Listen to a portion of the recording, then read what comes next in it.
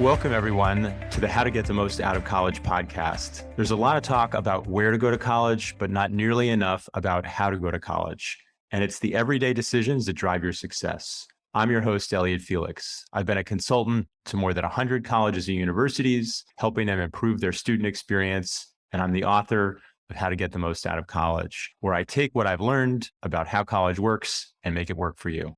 So there are more than 1 million international students studying in the US right now. And it's such an important part of college life because they bring so much diversity and perspective and culture and language and understanding and opportunity, I think, for everyone. And they may encounter a series of challenges. You know, college is a big adjustment for anyone, but it's particularly an adjustment if it's a new language, culture, geography, healthcare system and everything in between. So I'm really excited to dig into the topic of international student success with my colleague, Debrup Laha, who's an engineer at Bureau Happold and who's been helping international students succeed in his spare time for years now. Welcome, Debrup. Good morning, Elliot. Thanks for having me for this podcast today. I'm really excited to share about what international students can do in their journey as they start in the US, as well as the different tips and tricks. So I'm really excited for this podcast today. Me too. Tell us a little bit about yourself. To start, I came to the US back in 2012 for my bachelor's degree in mechanical engineering from SUNY Buffalo. And right after that, I also went to grad school without any work experience. So I did another 2 years of master's in mechanical engineering from NYU Tandon School of Engineering. And after that, I decided to start my work life. And so I was like, okay, I've spent 6 years of my life in getting 2 degrees. So I want to get some work experience now. So after that, I got my first job in the US. I worked there for about 2.5 years or so, and then COVID came, had a little bit of adjustment. I changed to another smaller company to get a little bit more experience on the other side. And after that, once COVID got a little bit better, I applied to Bureau Happold, and I'm here for more than 1.5 years now. It's been a tremendous experience, very big company, diverse culture, offices all across the globe, which is the best part. So we can connect with people all across the globe and not just in the US or in New York in particular. So it's been a tremendous journey so far in the US, from coming as a student, then transitioning to the industry optional practical training, which is the OPT, and then getting into the H-1B work visa and continuing the journey from then onwards. Tell us a little bit about how you've been helping. I know helping other international students is kind of like a passion project for you. How have you been doing that? So international students, I feel, they're one of the most important chapters of a university is what I try to look at them as. They are a big percentage of the total student community. And when I came to the US, I realized that at that time, social media was not so popular or not so widely used as they're used to. And so the different challenges I came across in the US while I had to adjust to college education or in the new culture, I realized that I can help the students go through that. So that they don't have to undergo the same hardship as I do. So I started helping students while I was in my second year of master's, just telling them how to adjust to college, where to live, what are the different ways to apply for on-campus job, how to prepare for interviews for internships, full-time roles, and to adjust in US after that. Different ways to save money in the US and so on. And I started that as a hobby, that just to help students in my free time while I was a student. And then I continued the journey after graduation while I was working as well. And even I'm continuing now. I'm now an alumni of NYU for more than 5 years. But still, I'm trying to help students, not just at NYU, but of other US universities as well, where the international community is pretty big and diverse. That's great. You rattled off a whole bunch of things about how to adjust, where to live, how to work while you're in college, how to get an internship, where to work after college, how to save money. What are some of your top tricks or tips for these things? What about where to live and how to get an internship? Sure. And I can divide this into three segments. I'll oh, first sure. talk about a little bit about housing, then about Yeah, classes to choose, and then about work, which includes on-campus internship as well as full-time roles.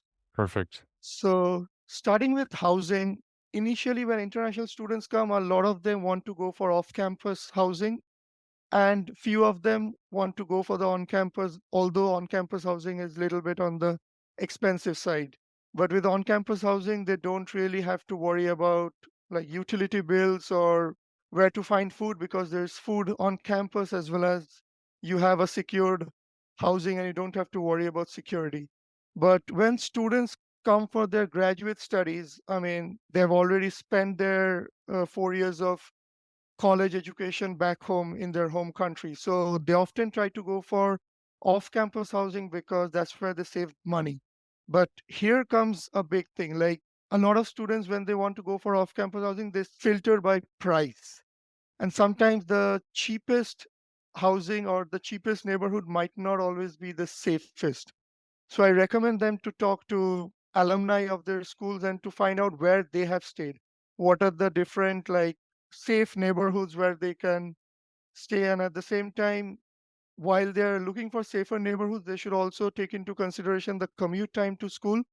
I mean, staying 1.5 hours away from school might not always be the greatest of ideas. So, to find a feasible journey, as well as schools which are located near grocery stores, laundromats, as well as a few dine outs or like restaurants where they can quickly go for some food if they have nothing cooked at home.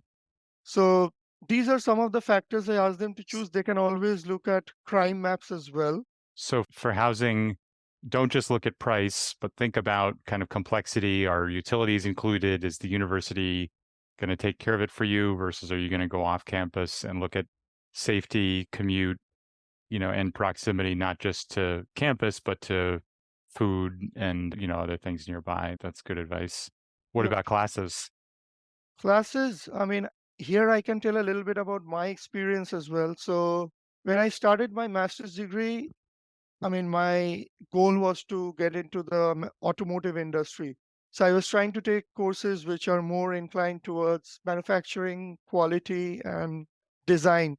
But then my advisor, who was also a professor at the university, recommended me to just take some HVAC related courses of mechanical engineering. I was not too much intrigued or interested in that sector, but he recommended me to just explore that and take those two courses. And I mean, I don't know if it was a coincidence or not. Those few courses helped me to crack my interviews and get into the HVAC sector or in the MEP industry. And that's where I excelled. And that's where I've been working now. So when I look back at my journey and I'm like, okay, had the professor not recommended me to take those HVAC courses, I probably wouldn't have explored and I probably would have not been working in this industry at all and haven't found this industry experience as interesting as I enjoyed now. I mean, initially it was a little tough, but then slowly as I got more experience, it got a little bit interesting. So my recommendation to students is to not confine themselves to just their interest. It's always recommended to go for your interest. But if there is an advisor or peer or alumni of the university is recommending them, okay, just go explore some of the other avenues, then they should be open minded and also explore those. And classes are important because based on your experience and based on your interest, you're going to be choosing the sector where you'd be working. And you'd also have to explore, as all international students, where the job industry is for international students, where the job market is willing to sponsor the students for their H-1B visa. Like, first, the companies will need to hire the students on work permit, which is OPT, and then they'll have to sponsor for H-1B and green card. So having a clear mindset or clear vicinity to how they can explore this job journey where the visa sponsorship is possible is also a very important factor while students are at school. I like that. So do some exploring with your classes and try and connect the classes to potential careers and get advice from peers, advisors, and alumni to do that to kind of inform your exploration. Yep.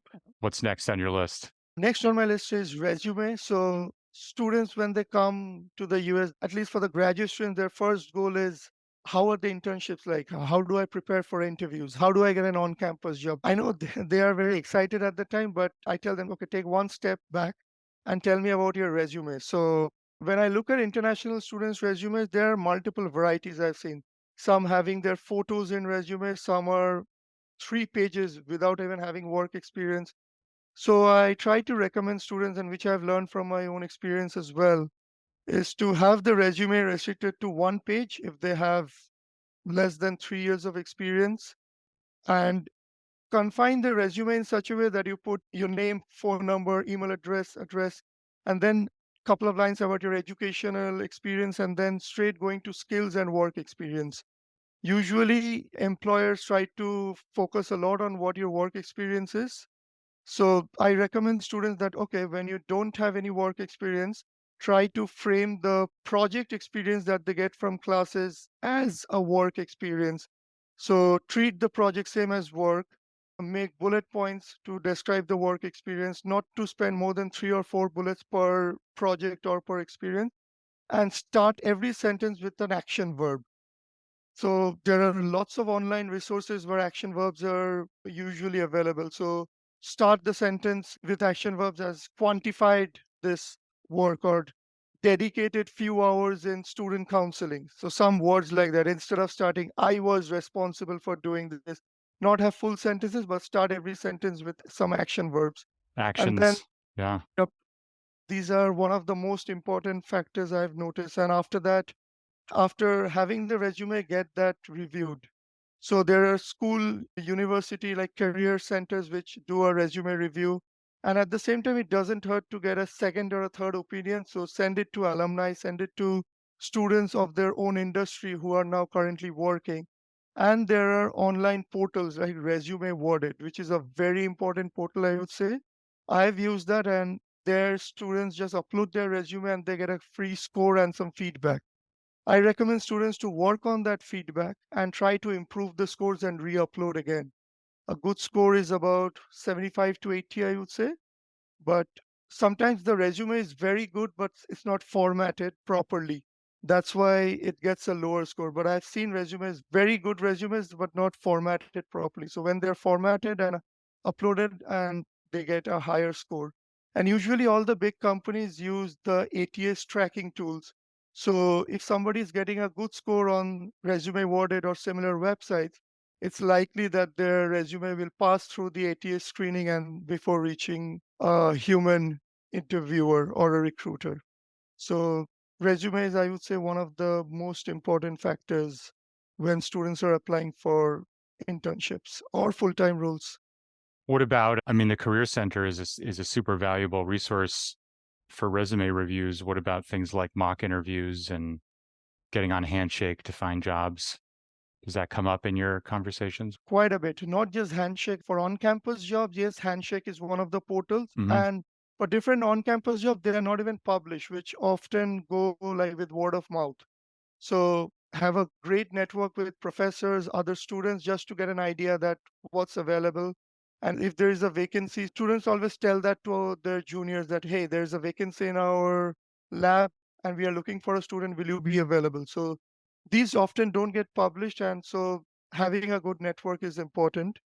Now, when it comes to internships or full-time roles, apart from Handshake, there are many other portals like Indeed, Glassdoor, ZipRecruiter, LinkedIn, Monster, and many other websites. So I recommend students not just restrict themselves to only the Handshake portal, but also explore different portals where many jobs are available.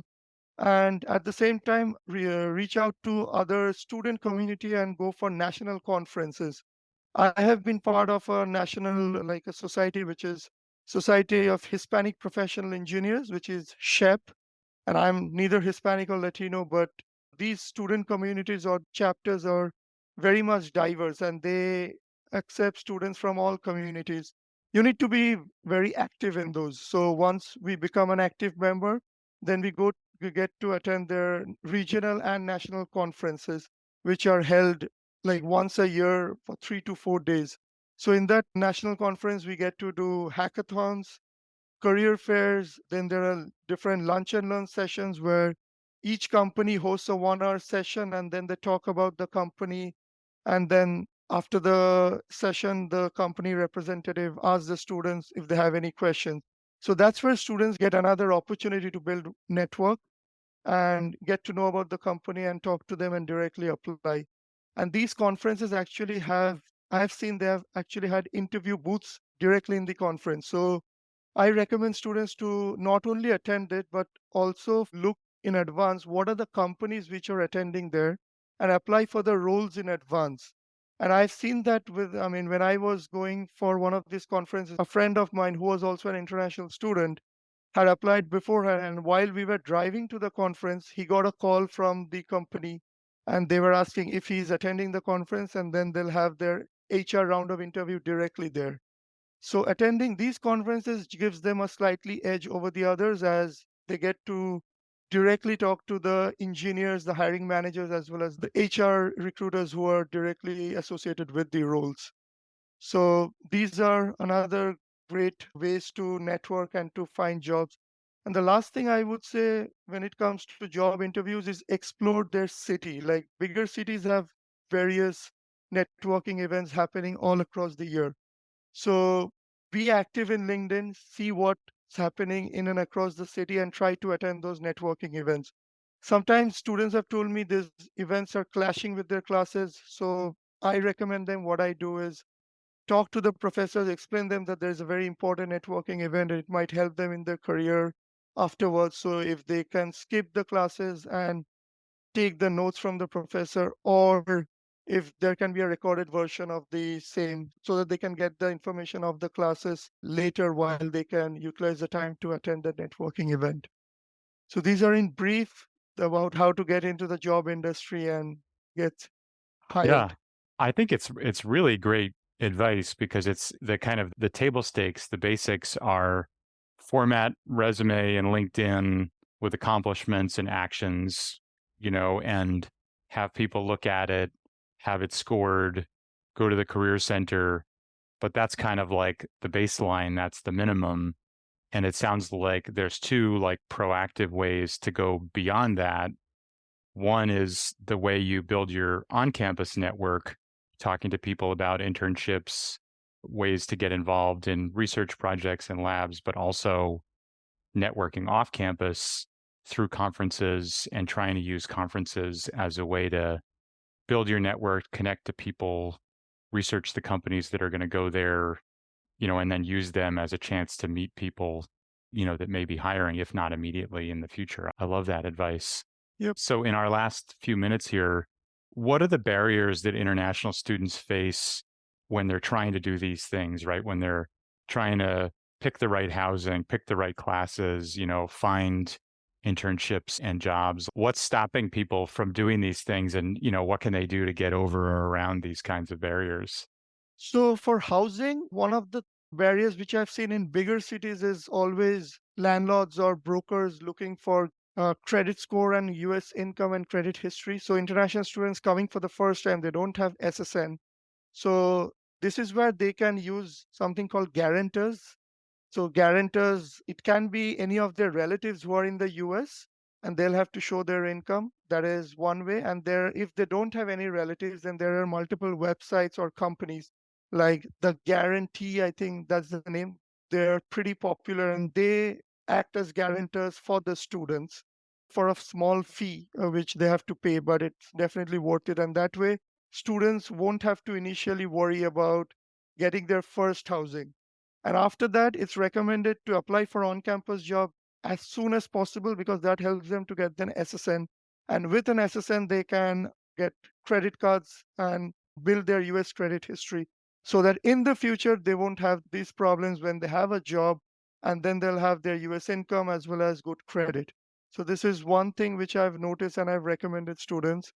When it comes to work, and this is mostly internships and full-time roles, so international students in the US, when they first apply for internships, it is through curricular practical training, which is CPT, and then for full-time through OPT, which is optional practical training, during which they'll need to get sponsored for the H-1B work visa by the company.